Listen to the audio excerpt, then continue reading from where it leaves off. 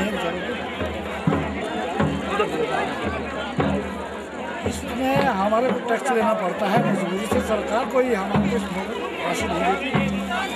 तो इसलिए अगर सरकार हमारे को इस पर कोई सहायता करे या कोई फंड मिले इसके लिए, तो हम इसको अच्छी तरह बना सकते हैं और खिलाड़ियों को भी हम अनुमति कर सकते हैं।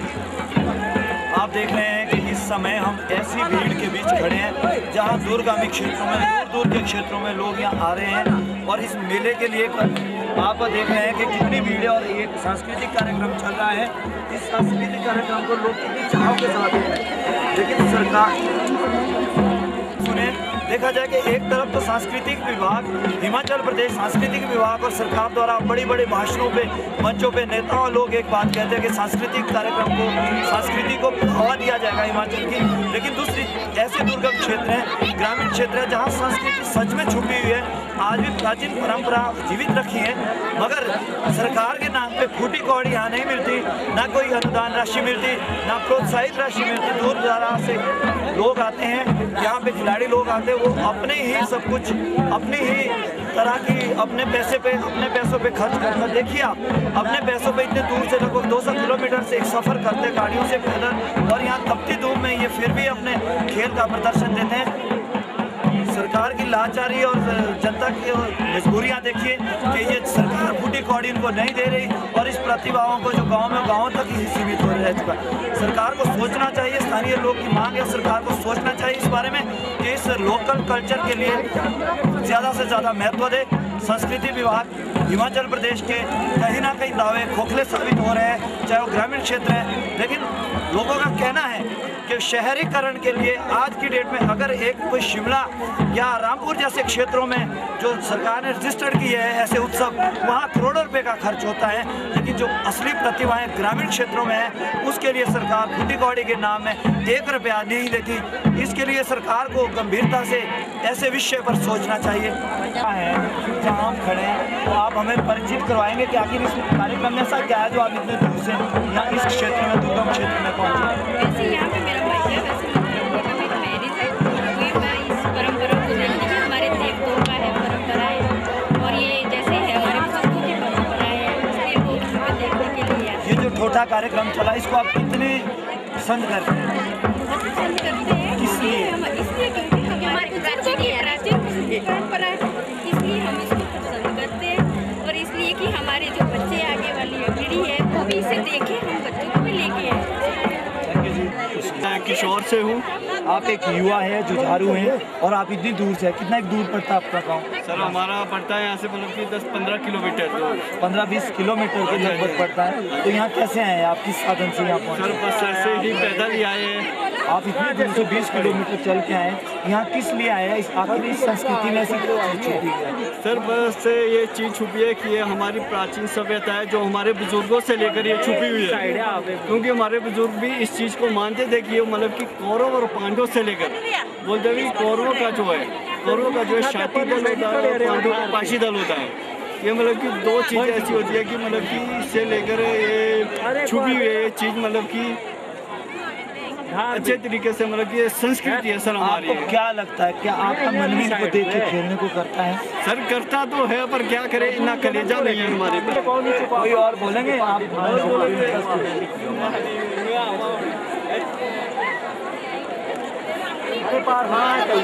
खड़े आ जाओ, नीचे आ जाओ। बोले यार जुबिंदर तू ही बोल दे कुछ।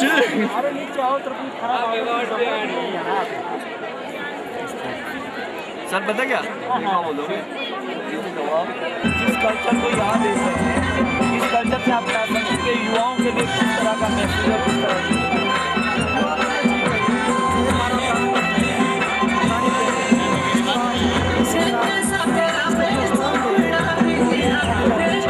आपके खेलते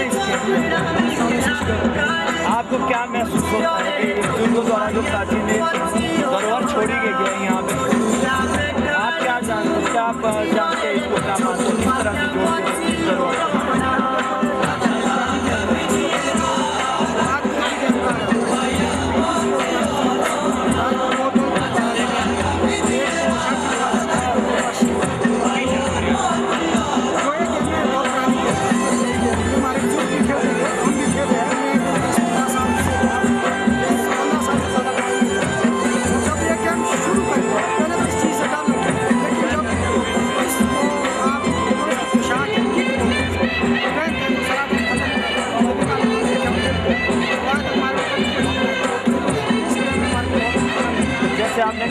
से ही हम पोशाक को कहना है या किसी जैसे आपने कहा कि भाई आप पोशाक पहनते हैं, पोशाक को देख के आपको एक एनर्जी आ जाती है शरीर में, तो क्या वो कोई शक्ति आपके शरीर में प्रवेश करती है?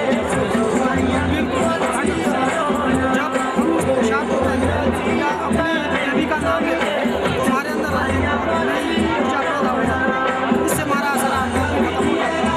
मैंने कोई 13-14 साल जब मेरी उम्र थी उस टाइम से मैंने शुरू किया है और आज भी इस गेम को खेलता हूँ। बहुत अच्छी गेम है, इसको बढ़ावा देना चाहिए। कभी सरकार द्वारा भी इस जो कल्चर एक्टिविटीज़ जो है, क्या सरकार ने भी कोई मान्यता दी है अभी तक इसको? हम पिछले साल रामपुर गए थे तो वहाँ पर हमारे राशि सरकार की तरफ से 45,000 दिया गया है। तो जो एक गाँव में भी हो गया तो सरकार को थोड़ा इसकी तरफ ऐसा मेला लगता है, आज भी कोई आज इस प्रोग्राम को बनाते हैं, उनकी मदद करनी चाहिए, कोई सरकार को सहायता करनी चाहिए। जो मतलब आते हैं इसमें कम से कम एक पार्टी का खर्चा है।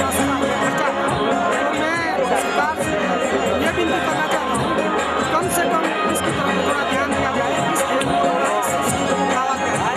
अगर सरकार इसमें थोड़ा पहल करती है, हम लोग गाँव में मेला लगे हर मेले में 2 पार्टी है, अगर सरकार थोड़ी मदद करे तो कल जैसे आपको या ऐसा बोल रहे हैं उनकी थोड़ी आर्थिक मदद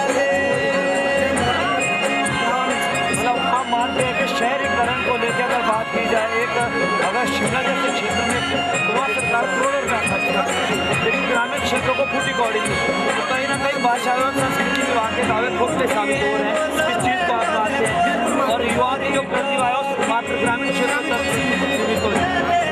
तो ये अभी नरेश जी थे, इनसे हमारी बात हुई, इनका कहना है कि जो भी हम आज तक कार्यक्रम में भाग लेते हैं वो टोटली हम अपनी जेब से खर्च करते हैं, कमेटी की जेब से खर्च करते हैं या कंट्रीब्यूशन से खर्च होता है, लेकिन इनको सरकार द्वारा कोई भी धनराशि नहीं दी जाती। तो ये देखिए इनकी लाचारी और इसके यहाँ कहीं ना कहीं संस्कृति विभाग को 17 तारीख को जाना है। हम जो जाने वाले हैं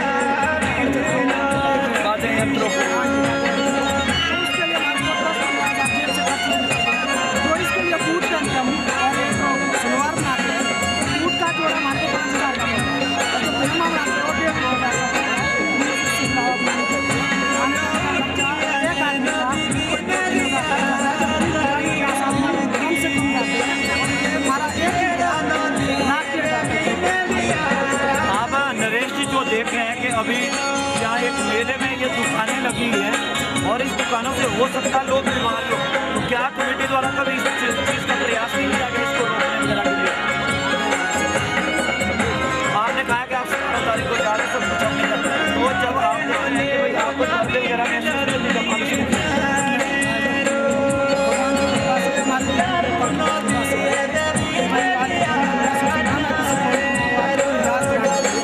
बहुत अच्छी है, करने की कोई बात नहीं। इसको अगर गवर्नमेंट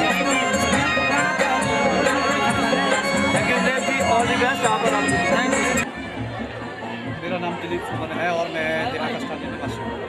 तो आप यहाँ इस समय एक समारोह में है, तो यहाँ कुछ ही देर में जो कमेटी द्वारा हमें सूचना मिली है कि यहाँ राकेश वर्मा जी का कार्यक्रम किया जा रहा है।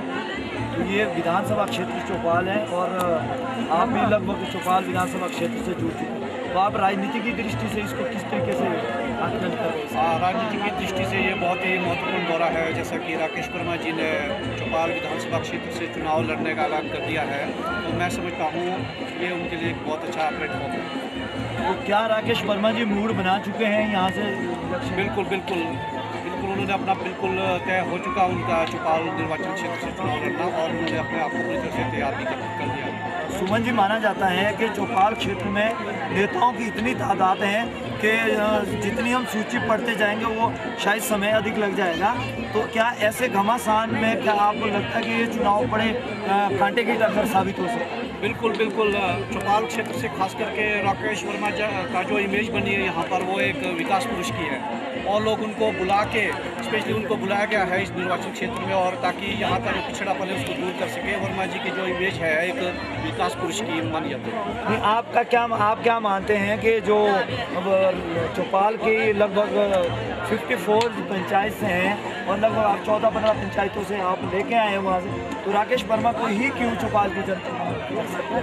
एक तो चौपाल की जनता उनमें एक दमदार नेतृत्व देखती है, और नंबर 2 ये है कि जो परिषद की हमारी जो 10-11 पंचायत है उसके 10 से 11 हज़ार वोट बैंक है, और इसी को आधार मानकर वो यहाँ से चुनाव लड़ेंगे। जो यहाँ से जो चौपाल क्षेत्र में जो ये पिछड़ापन है, यहाँ पे जो पहले यहाँ से MLA रहे हैं उन्होंने यहाँ पे कोई भी किसी भी प्रकार का विकास नहीं करवाया, इसलिए चौपाल की जनता त्रस्त है और वो उन्होंने वर्मा जी को यहाँ आने का निमंत्रण दिया। Thank you Suman ji. सुनील मेहता जी, आप यहाँ से? मैं जीना से झकोली युवक आप झकोली युवक मंडल के प्रधान हैं और जीना से इसी क्षेत्र के रहने वाले हैं, तो ये जो अभी जहाँ हम खड़े हैं यहाँ एक आयोजन किया जा रहा है, 2 ठोठा दल द्वारा अपना सांस्कृतिक कार्यक्रम पेश किया जा रहा है, तो यहाँ कुछ ही चंदों में राकेश वर्मा जी जो योग के विधायक थे, पहले रह चुके हैं, क्षेत्र जो है विधानसभा क्षेत्र चौपाल, इसको आप किस राजनीतिक दौरा मानते हैं या कोई और दृष्टि से इसको देखते हैं?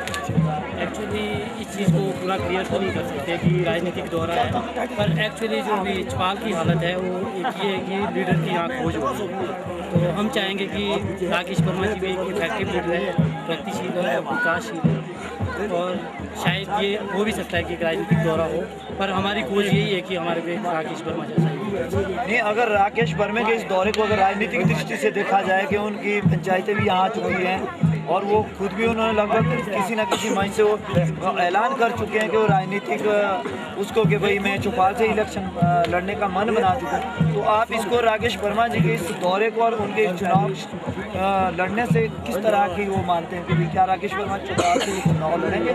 हाँ, कुछ लगता तो है, और जिस तरह की उनके प्रति लोगों की प्रतिक्रिया भी है, इस मेले में मेरा भी पिछले 10-15 सालों का एक्सपीरियंस है, पर इतनी भीड़ मैंने कभी भी इस मेले में नहीं देखी, तो कुछ लगता है कि शायद लोगों का ज़्यादा रुझान है।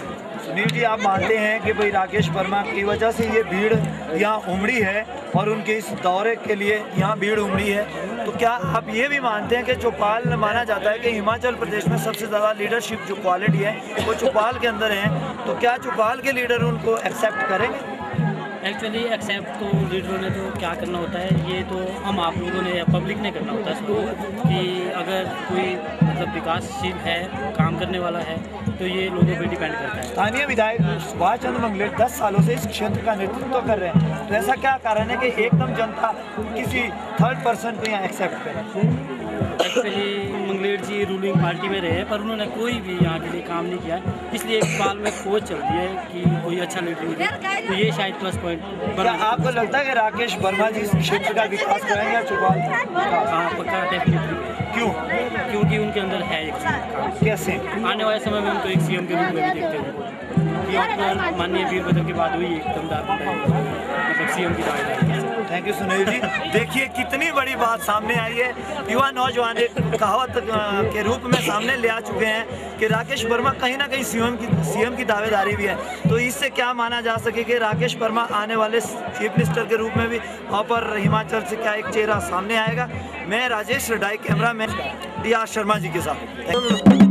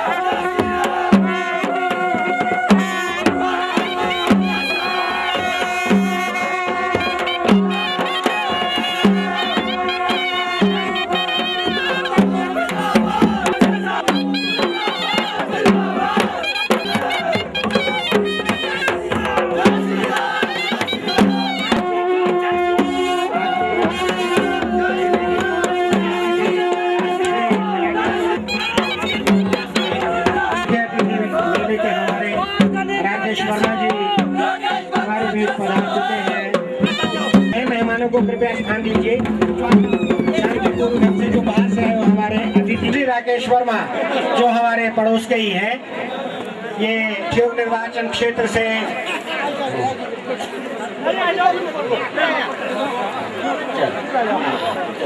देर के लिए हम ये छोटा सा कार्यक्रम यहाँ पर करेंगे, क्योंकि बाहर से आए हुए अतिथियों का सम्मान करना हमारा फर्ज होता है।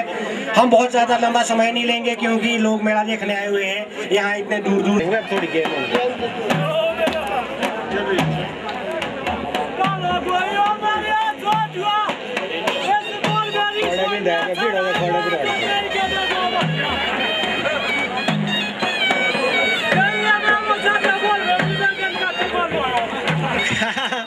बहुत अच्छी बात।